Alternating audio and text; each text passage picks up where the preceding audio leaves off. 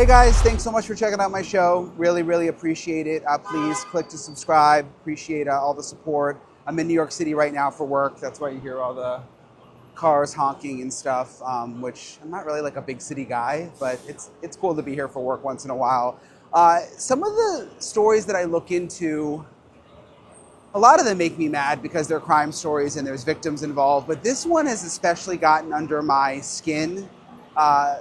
Gilley, a man from Texas accused of killing his pregnant wife, which is awful, but what's really got my blood boiling as I continue to look into this is that he was out on bond, okay?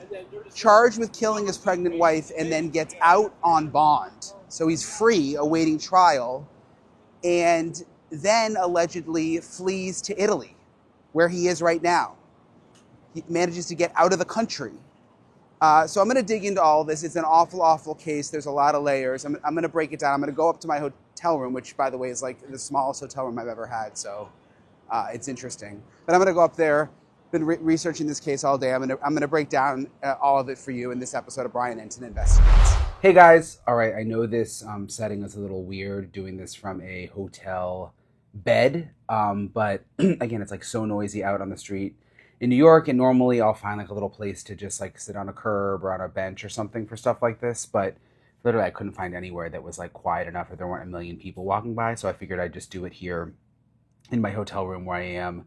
And there must be something going on in New York City because like everything is full. So I'm in this hotel, the room is so small, like I could literally touch the front door here. I can literally touch the closet over there. There's no desk. It's like a super small place. So thanks for bearing with me in this episode, but I wanted to get this episode out because I've been working on it for a couple days, and again, it's just such a disturbing story. Gilley is accused of killing his pregnant wife, a woman named Christa Bauer Gilley.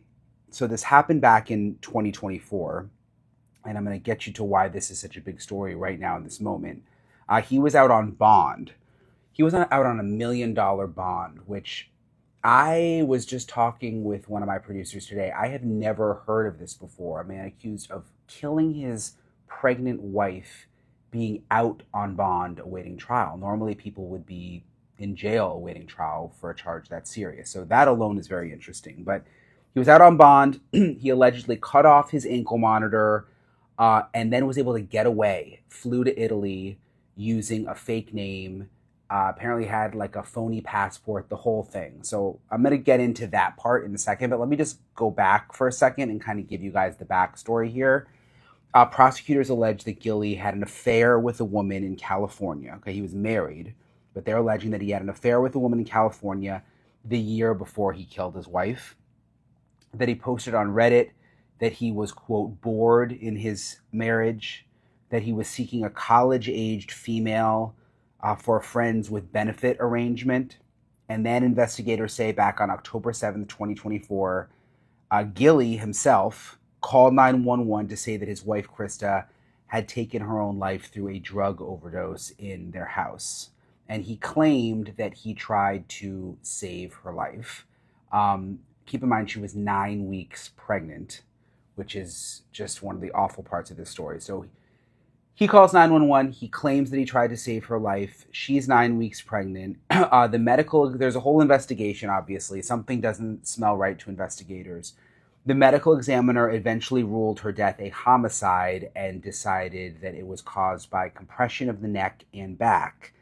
And then Gilley was arrested on a capital murder charge in the death of his wife and their unborn baby. Just awful. She also reportedly had bruising and trauma to her face, according to some reports. So arrested, charged with killing his wife and unborn baby, gets out on bond, $1 million bond. He had to surrender his passport. He had to wear an ankle monitor. And then he ends up getting away, getting on a plane, and manages to get to Italy. So let me read you a little bit of the federal complaint. First part of it talks about the capital murder arrest. Says on October 7, 2024, at approximately 11:31 p.m., officers assigned to the Houston Police Department Central Patrol Division responded to a call for service 816 Alston Street, Houston, Texas. That's where they lived. The call was made by Lee Gilley, stated that his pregnant wife, Christa Gilley, was non-responsive. Houston Fire Department medics transported the victim to the hospital. She was pronounced dead. The forensic sciences determined the victim's cause of death was due to compression of the neck and upper back, I was telling you guys. And then he's arrested for felony offense of capital murder. And then May 29, 2026, he cut off his court-ordered GPS ankle monitor, according to this complaint. And the Harris County District Attorney's Office requests the assistance of other officials to try to figure out where he is. There's an Interpol situation that comes up, which those are the people who track the federal criminals. They receive an alert that he is in Rome, and on May 3rd, 2026, that he's in Rome traveling under the name Lejeune Jean-Luc Olivier, that he had landed at Milan airport on an Air Canada flight, that he presented a passport and other Belgian identification documents to the Milan border police, which were found to be false and forged. And he was rejected entry at the airport and taken into immigration custody. So it's interesting that first of all, that he was able to get on the flight out with a fake passport, but they caught it when he got to Italy. Immigration caught it, and that's when this whole situation unraveled for him. He thought he was going to get away. He then, according to this, admitted that his true identity was Lee Gilley and that he was awaiting trial in the U.S. for murder of his wife. He was charged with trying to flee. And he's still in Italy right now. So that was the specific federal indictment for that piece of this, him being in Italy. People magazine reports that and this is a little bit of the timeline here, they're reporting that between April and May 2025, that prosecutors alleged in this pretrial court filing that Gilley communicated with the woman he's alleged to have had an affair with, the one that I was telling you about from a year before his wife died, that he was talking to her about plans to flee to other countries and that he discussed how to remove his ankle monitor. He also raised the possibility of marriage to obtain a new identity and asked whether she knew of a Mexican identity he could assume to escape the U.S., and that's according to prosecutors. So apparently he also considered going to Mexico before he went to Italy. Hey guys, I want to introduce you to the sponsor of today's episode, Incogni, identity theft. It is such a big issue. I am always so paranoid every time I get a credit alert. I've had several family members and friends have their identities stolen, and it is just the worst. Criminals can get personal information. They use it for scams, stalking, harassment, all sorts of other illegal activities, and that is where Incogni comes in. It is a personal data removal service. It is so easy signing up online. It literally took me 1 minute, maybe even less. I'm always checking my dashboard. I just go to the website and I look at it. It shows hundreds of data brokers Incogni has contacted to make sure my data is not public, and it is always adding more every single time I check. They also have a new custom removal feature on the unlimited and unlimited family plans. If you see a website with your personal info, you put it into Incogni's custom removal feature, and one of Incogni's privacy agents will take care of the rest for you. So to check it all out, go to incogni.com/Brian Entin and use code Brian Entin for 60% off. Incogni helps wipe yourself from the internet. They can't harm you if they can't find you. Click the link below to claim your 60% off and get your personal data off the market. His escape, and this is so sad. You think about her family, like the victim's family, Christa's family, she was pregnant and she was murdered, according to investigators. So this escape has been devastating to the family, according to their attorney. They have an attorney named Tim Ballingy. He says the Bauers are profoundly disappointed by the breakdown of the system. They were hoping to have the trial and to have him held accountable. And when he says breakdown of the system, that likely includes the fact that this guy was even out on $1 million bond, which if he wasn't out, he wouldn't have been able to escape to Italy. At a hearing in Italy, Gilley professed his innocence to a judge. He pleaded for asylum. He said, quote, "I ran away to avoid being killed and to escape the relentless media persecution." He said, in part, "I worked very hard to escape and request protection in Italy." So he's now requesting protection and does not want to be extradited back to the United States. He said, "I did not kill my wife. I fled because I was afraid of being killed." So really just an awful and unique case on several levels. First of all, just the awfulness of the crime itself, but then the fact that he was able to get out on bond and then flee to Italy.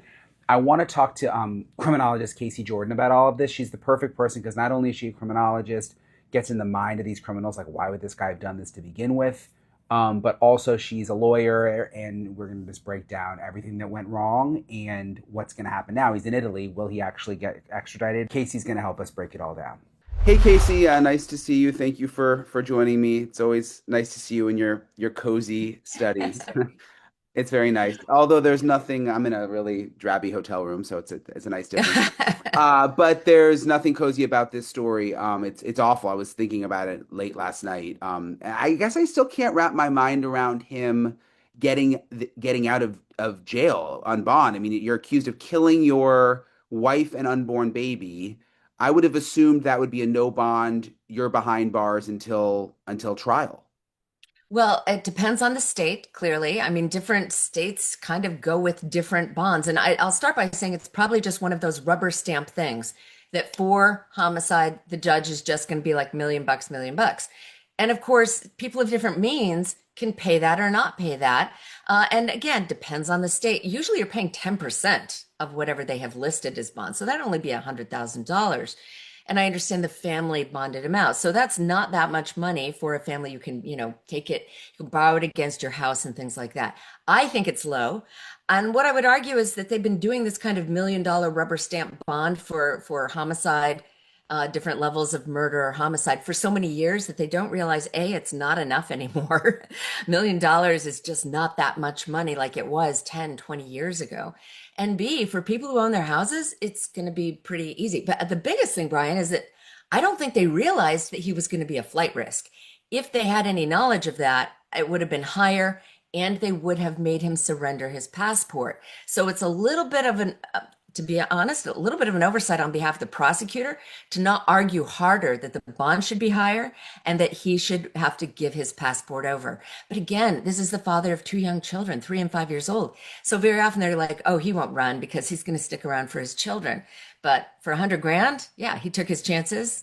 He did have an ankle monitor. So, they did try to do that $1 million plus kind of house arrest so that they would know where he was at all times.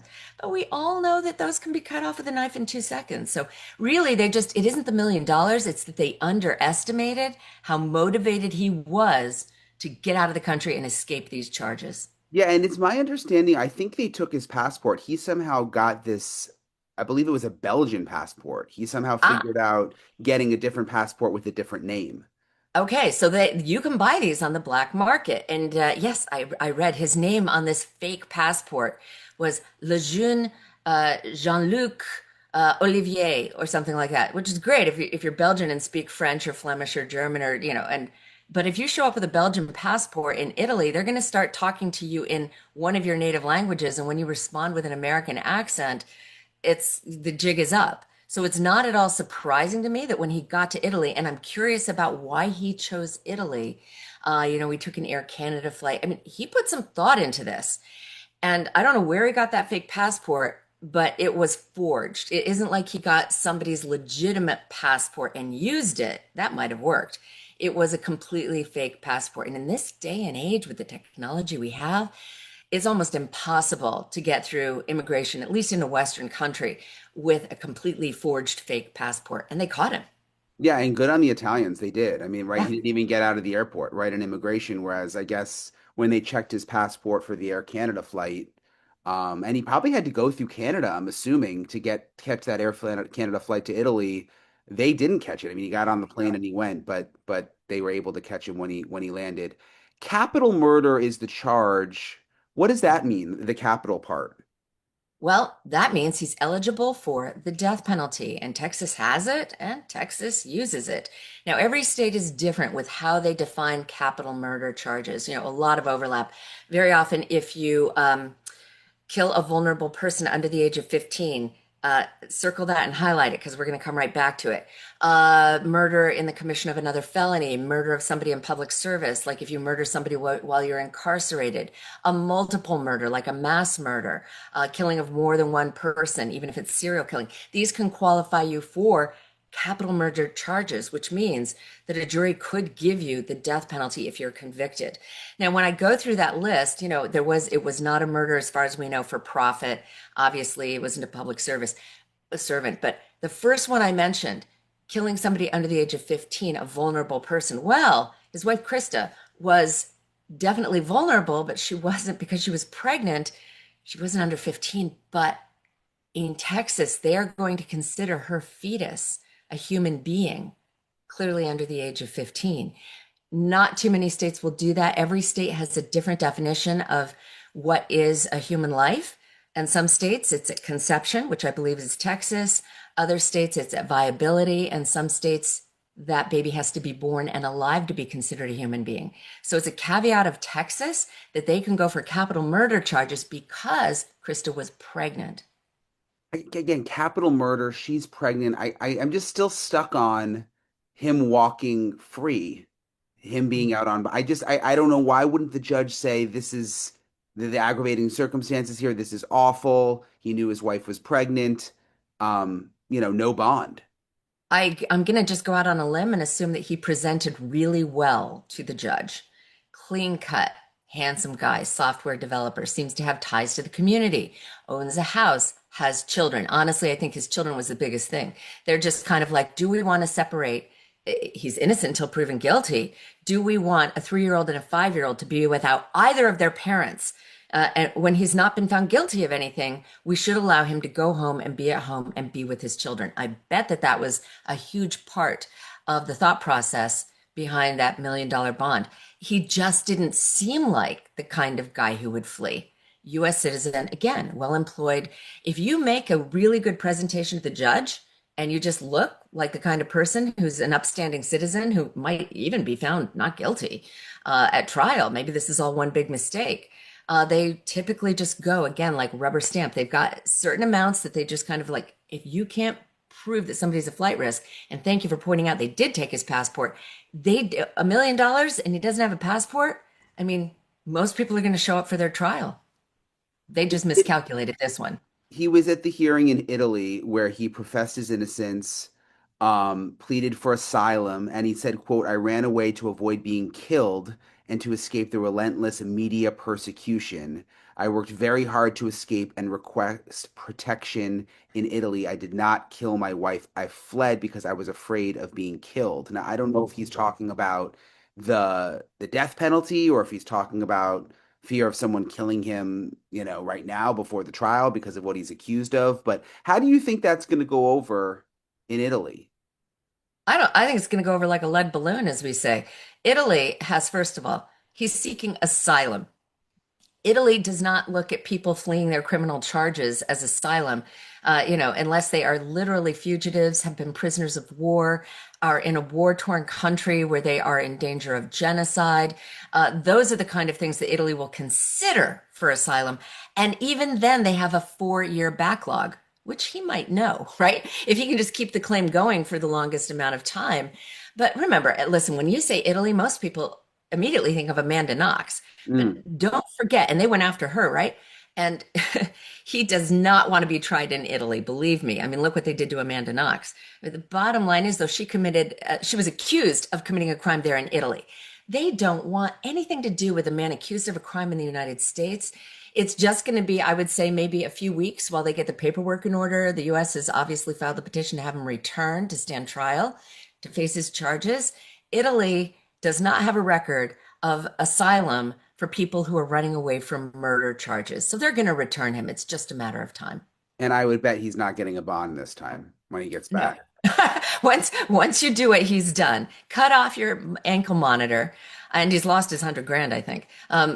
But yeah, the minute that you get a fake passport, there is so much thought and planning that went into that.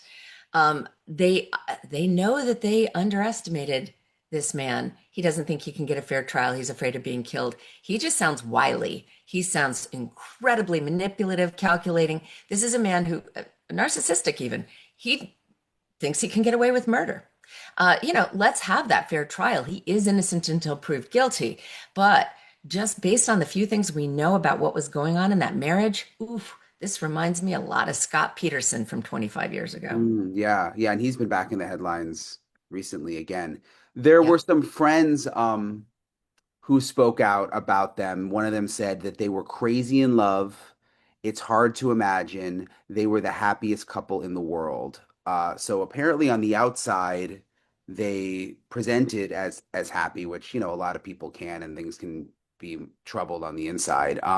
But he was also on Reddit posting about wanting a college-aged, partner, to have sex with. So clearly things, I mean, what do you think was going on there? Oh, trouble in paradise. I'm not at all concerned with the friends saying that there was a great marriage. That is how they presented to the outside world. But we know from studying hundreds of crimes just like this that behind closed doors, this marriage was having its troubles. I mean, she died in 2000 in 2024, and it was just the year before that in 2023 that he's online looking for a new girlfriend to have sex with, college age. What an insult to his wife. She probably knew about this, found out about this. There had to be massive fights. I mean, apart from the fact, I'm just gonna, we'll never know. I'm very sure she threatened to leave him, right? And he, I wouldn't be at all surprised because she's pregnant, would probably have turned the tables on her and said, maybe even not my child. It's not that that's true. It's just that in the throes of those kinds of horrible tear down fights, people will say anything to get under the skin of their partners when the marriage is breaking down.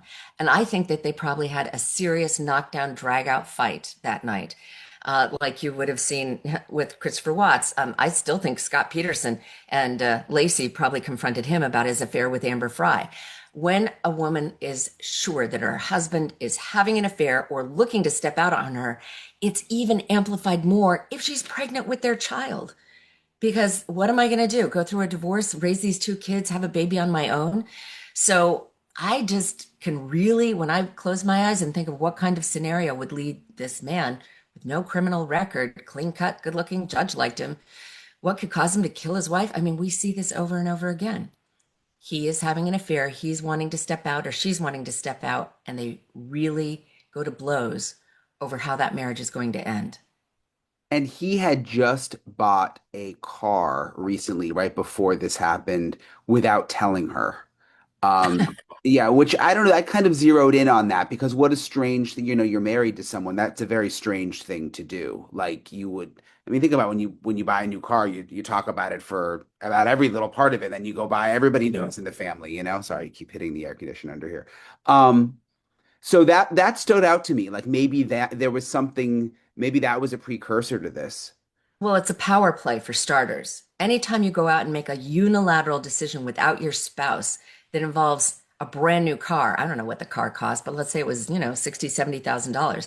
They probably couldn't afford it. Do you know what kind of car it was, Brian? I'm really curious. Was I it don't, but I can find out. I can find out. Yeah. Yeah. Doesn't matter. The point is, it sounds like he is recreating his image out there, right? He wants a new girlfriend, college age. I don't know what kind of car this was, but it's classic kind of like, midlife crisis, if you will. I want to like relive my youth. I want to have a nice new flashy car that will impress people.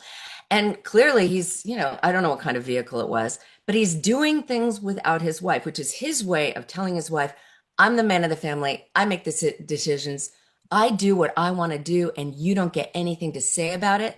It's probably a very symbolic message to her that he's going to do what he wants, and she can't stop him. I Yeah, already bought the car. it was a 2025 Kia Telluride, Yeah. which he purchased without the knowledge or consent of her. Okay, and it's not okay. The good news is it wasn't like a brand new Camaro or Right. it wasn't one of those flashy kind of midlife crisis sports cars. So the point is anybody who is in a good committed marriage where you're meeting each other halfway 50-50, you don't go spend that kind of money without the input of your partner. And for all I know, they couldn't afford it. Do we have any indication? Is this going to put a huge strain on them right at the time they're about to have another baby? Maybe she is hypersensitive to the family's budget and he goes and does this without telling her. It's not about the car, it's about the power play. And I'm sure that they had a big fight about it. Her being pregnant, though, And just the way you're able to get into the mind of some of these alleged killers, like that's his baby. I mean, does that not come into play when he's allegedly killing her? Like, it just, it sounds so awful.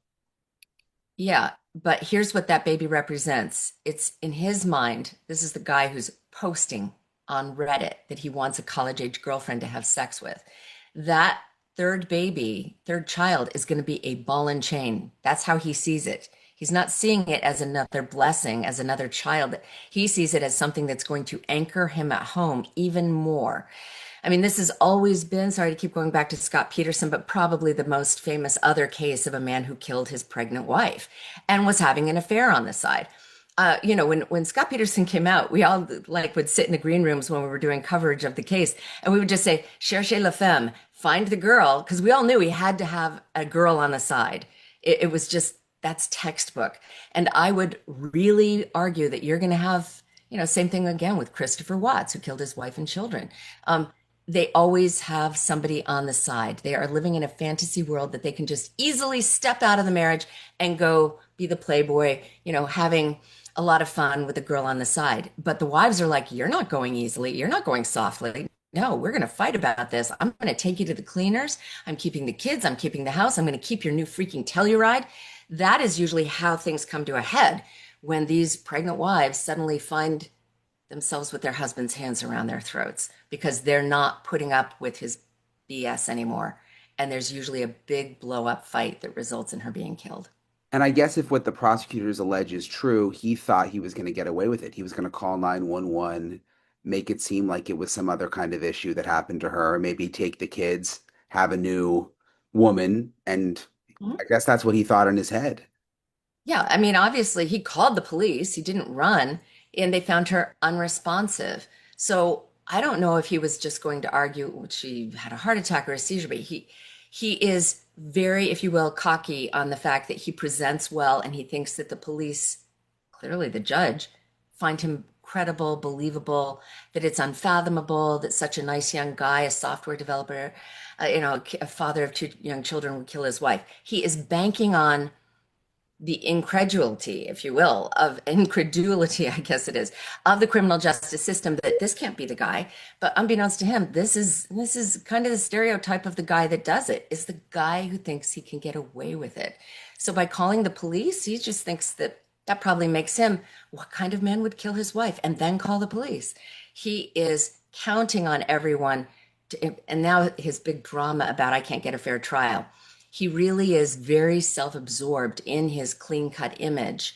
Again, this is what we see over and over again with these men who kill their pregnant wives. That it's such an unthinkable act that they bank on that. They bank on us believing there's no way this guy could have done it. The two surviving kids, I just think about them. I mean, little kids, they're living with family. Yeah, How does that work in these situations? I mean, do they, I don't know. It's like they still have a it's dad. awful. It's awful. Yeah. It's awful. I mean, the good news is they're 3 and 5, and her parents, I believe, have them. Yeah.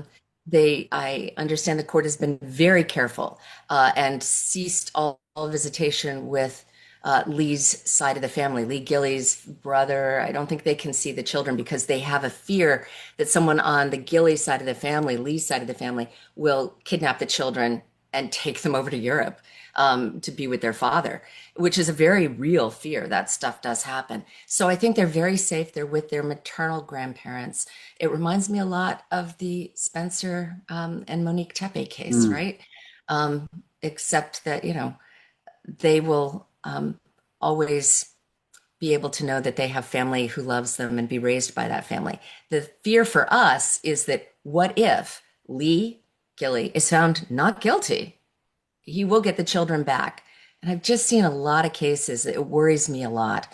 Um, there's so many. I don't want to like sideline us with thinking of all of them. But right now they're 3 and 5, and chances are that if they're raised in a loving home with their grandparents, they may have very little memory of this.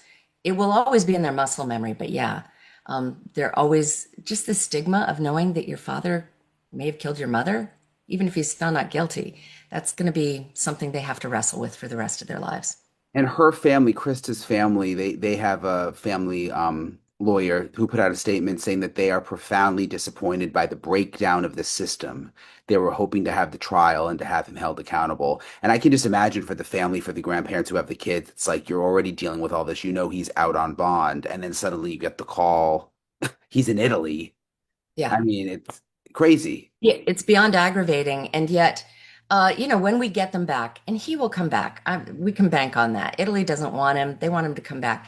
I always would argue that there's going to be a jury tax to pay with that, if you know what I mean. That when he finally does go on trial, if he chooses that, if he doesn't plead, then they will always look at his fleeing not as an issue if he couldn't get a fair trial, but as a sign of guilty conscience. That's how a jury will interpret that. Probably one of the more famous cases we've had of somebody who fled and then was brought back, and this is 30 years ago, was Alex Kelly here in Connecticut. He was accused of rape in Darien, Connecticut. He fled and was gone with the help of his parents, by the way, for 7 years. He was living a playboy life all over Europe.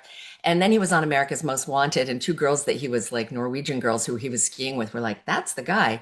And he was brought back. And when he was brought back, they really stuck it to him with every possible charge.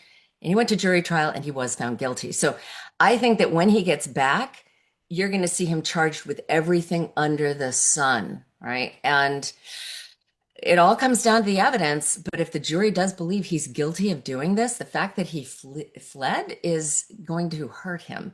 And remember, Texas is a state that has the death penalty, takes human life very seriously, especially unborn human life.